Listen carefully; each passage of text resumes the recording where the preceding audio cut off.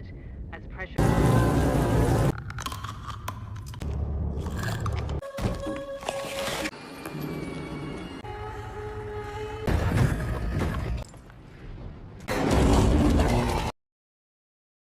The movie opens in the United States, where a dangerous bomb experiment goes horribly wrong. A massive explosion tears through an entire city, leaving behind complete devastation. Thousands of people lose their lives, and the city is reduced to a nightmare. But the horror doesn't end there. A short time later, something terrifying begins to happen. The people who died in the blast start coming back to life. Their minds are gone, their humanity has vanished, but their bodies continue to move. These creatures become known as the undead, living corpses that are essentially zombies. As news of the outbreak spreads, panic erupts across the country. Desperate to understand what's happening, the government assembles a special team of doctors and researchers. Their mission is to help any remaining survivors and study the strange phenomenon behind the dead returning to life. Among the volunteers is a woman named Eva. Unlike the others, she has a deeply personal reason for joining the mission. Her husband, a military officer, disappeared during the explosion, and Eva refuses to give up hope of finding him alive. Eventually, the medical team arrives in the ruined city by military transport. Before they begin their work, Army officials give them strict instructions. Their job is to examine every corpse they find, and if any body shows signs of movement, they must immediately report it to the military. The doctors are allowed to investigate almost every part of the city. However, there's one important exception: a mysterious hotel located on the south side. For reasons the military refuses to explain, that entire area has been sealed off and declared off limits. Soon, the team spreads throughout the city and begins searching building after building. Everywhere they look, they find bodies. The victims are badly burned, their skin darkened and discolored by the blast. The sight is so horrifying that many of the doctors struggle just to look at them. In fact, Eva's original partner quits the mission almost immediately. The gruesome scenes are simply too much for her. But Eva can't walk away. She's come here for one reason: to find her husband. Determined to continue, she chooses a new partner named Clay. Unlike everyone else, Clay remains calm in the face of death. The endless rows of corpses don't seem to shake him at all. Curious, Eva asks how he manages to stay so composed. Clay simply replies, "This is our job. If we let fear control us, we'll never get our work done." Day after day, the two search homes, streets, and abandoned buildings, checking for signs of the undead. Eventually, they cover nearly the entire city, but there is still no trace of Eva's husband. While studying a map one evening, Eva realizes something important.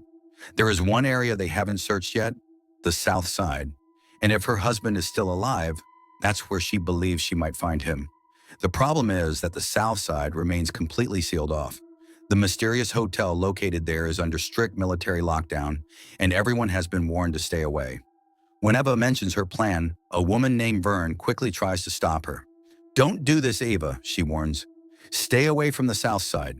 I've heard that if the commanders find anyone alive there, they shoot first and ask questions later. They don't care if you're a soldier, a doctor, or one of their own people." Eva desperately asks Vern to come with her, but Vern refuses. The next morning, Eva turns to Clay for help. Clay realizes that if he doesn't accompany her, Eva will probably sneak into the south side alone, and that could get her killed. Knowing the danger ahead, Clay makes a difficult decision. He agrees to go with her. Clay looked at Eva and said, "We'll go there, but not without a plan. First, we have to move in secret, and second, we need a vehicle." Eva agreed. That night, the two quietly sneaked into an abandoned garage, hoping to find a bike. As they searched through the darkness, Eva suddenly heard a strange, rattling sound. Clay brushed it off, thinking it was probably just a rat. But Eva wasn't convinced. She slowly walked toward a cupboard and pulled the door open. Inside was a horrifying girl. Black blood streamed from her eyes. Her teeth were stained yellow, and an unnatural darkness seemed to surround her. Then, without warning, the girl started twitching and making disturbing noises. Eva instantly realized the terrifying truth. She was a zombie. Before the creature could attack, Eva and Clay turned and ran for their lives. Somehow, they managed to escape, and their journey finally began. As they traveled, they noticed something unusual about the zombie. It appeared to be almost completely deaf. Even so, moving forward during daylight was far too dangerous. Clay suggested they hide inside a nearby house and continue heading south after dark when security patrols would be less active. Eva agreed, and they took shelter inside an empty house. While they were resting, Eva looked at Clay and asked, "Why did you decide to help me?" Before Clay could answer, a strange noise echoed through the house. The two turned and saw a zombie charging straight toward them, determined to tear them apart. They had no weapons, no gun, no knife, nothing. Panic took over. Running wasn't an option either, because if the commanders spotted them, they would be executed on sight. With the zombie closing in and a deep ditch behind them, it seemed like they were trapped with no way out. But then, at the last second, luck intervened. A commander suddenly appeared and shot the zombie dead. Shocked to find both of them alive, he demanded to know how they had gotten there. Eva decided to tell the truth. She explained that she was searching for her husband and needed to reach a resort in the south, a place ordinary people were forbidden from entering. "That resort is my last hope," she told him. The officer, Riley Goen, clearly didn't believe their story. He looked at them and said, "I want to speak with each of you separately." He locked Eva inside a room and took Clay away for questioning. Hours passed. Neither Clay nor Officer Riley came back. That's when Eva realized something was wrong. She had been deceived. Much later, Riley finally returned. He claimed that Clay had been sent away with another group because his health was getting worse. Eva immediately knew he was lying, but she was in no position to challenge him. Riley then told her, "I heard everything you and Clay discussed. I believe you should go to that resort and I can take you there. But I have one condition. You'll do exactly as I say during the journey." Eva had no choice but to agree. Soon she climbed into Riley's Jeep and the two set off toward the south. After traveling for a while, darkness covered the landscape. Riley suggested that they spend the night at a nearby house and continue the trip in the morning.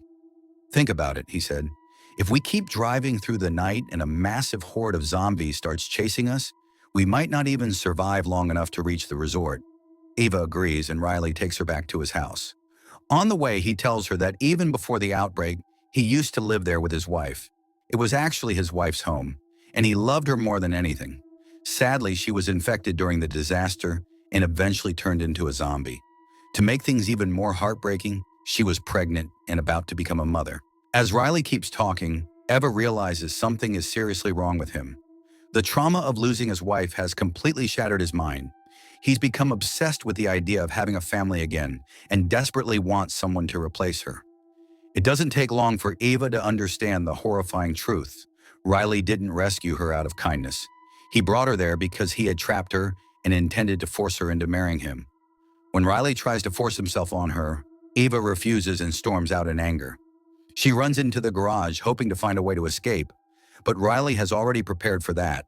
4 zombies have been chained up around the area, making escape almost impossible. If she tries to run, the zombies will tear her apart before she gets far. Soon, Riley starts searching for her. With no other option, Eva faces him. In a desperate attempt to save herself, she pretends to give in and tells Riley that she's willing to marry him. Riley is overjoyed. At the same time, the 4 zombies begin chasing Eva, almost as if Riley has control over them. He leads the creatures away from her, believing he has finally won her trust. But the moment he lets his guard down, Eva seizes the opportunity. She grabs Riley's own gun and shoots him, killing him instantly before making her escape. Outside, Riley's Jeep is waiting, offering a chance to finally get away. But before she can leave, she comes face to face with Katie, Riley's wife, now a zombie. Katie stares at Eva with cold, angry eyes. Surprisingly, she doesn't attack.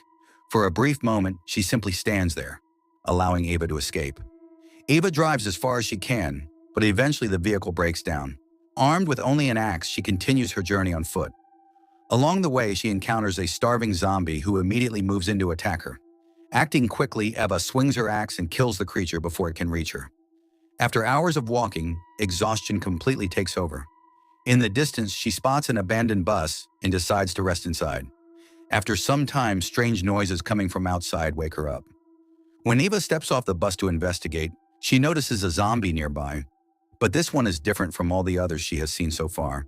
Unlike the mindless monsters roaming the wasteland, this zombie appears to still have some awareness left. He is digging a grave. Lying beside him is a dead body, and as Eva looks closer, she notices something chilling. The corpse looks almost exactly like the zombie himself. That's when the horrifying truth hits her.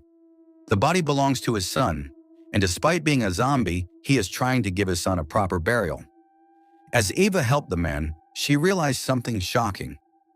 Even though he had turned into a zombie, a part of his humanity was still alive. His mind was still functioning, and he seemed to have control over himself. That discovery gave Eva a new sense of hope. She started thinking that if her husband had also become one of these zombies, maybe she could still be with him somehow. With her courage restored, Eva continued her journey and finally arrived at the hotel she had been searching for. Inside, she found countless zombies roaming the building. Luckily, a wall of bulletproof glass kept them from reaching her. As she cautiously moved through the hotel, she suddenly heard heavy breathing coming from behind a door. Terrified, Eva thought another zombie was about to attack her. But then came a huge twist. It wasn't a zombie at all. It was Clay. Yes, the same Clay everyone believed Riley had murdered was actually alive. The moment Eva saw him, she was overwhelmed with happiness and rushed forward to hug him. The two eventually left the resort together. Along the way, Eva asked Clay, "Why did you leave me and come here?" Clay finally revealed the truth. "I never abandoned you," he said. "I knew Riley was trying to force himself on you. He also knew he couldn't do anything while I was around, so he tried to kill me. I managed to escape. I was sure you'd eventually deal with Riley and come looking for answers, so I came to this hotel and waited for you. And just like I expected, you're here." Hearing everything Clay had gone through, Eva couldn't hold back her tears. Crying, she told him that she had searched the entire city looking for her husband, but never found any sign of him. "I guess he's gone," she said. For the first time, Eva truly accepted that her husband was dead, and the realization shattered her. The two began their journey back, but on the way they encountered Katie, Riley's wife. She had become a zombie and was heavily pregnant. Katie kept appearing in front of Eva, yet Eva refused to harm her. There was something different about Katie. It seemed like she was desperately trying to communicate, as if there was something important she wanted Eva to understand. Like a few of the other infected people, Katie still retained a piece of her humanity and a functioning mind. Soon the reason became clear. Katie went into labor and gave birth. Then in her final act, she handed the baby over to Eva, trusting her to raise the child. The movie never shows us the baby clearly, and that's where the story leaves us with a chilling mystery. Was the child completely human, or was it part of the zombie? And if it survived, what kind of creature would it become when it grew up? With those haunting questions left unanswered, the movie comes to an end. Let me know your thoughts in the comments section. Also, subscribe to this channel for more stories like this.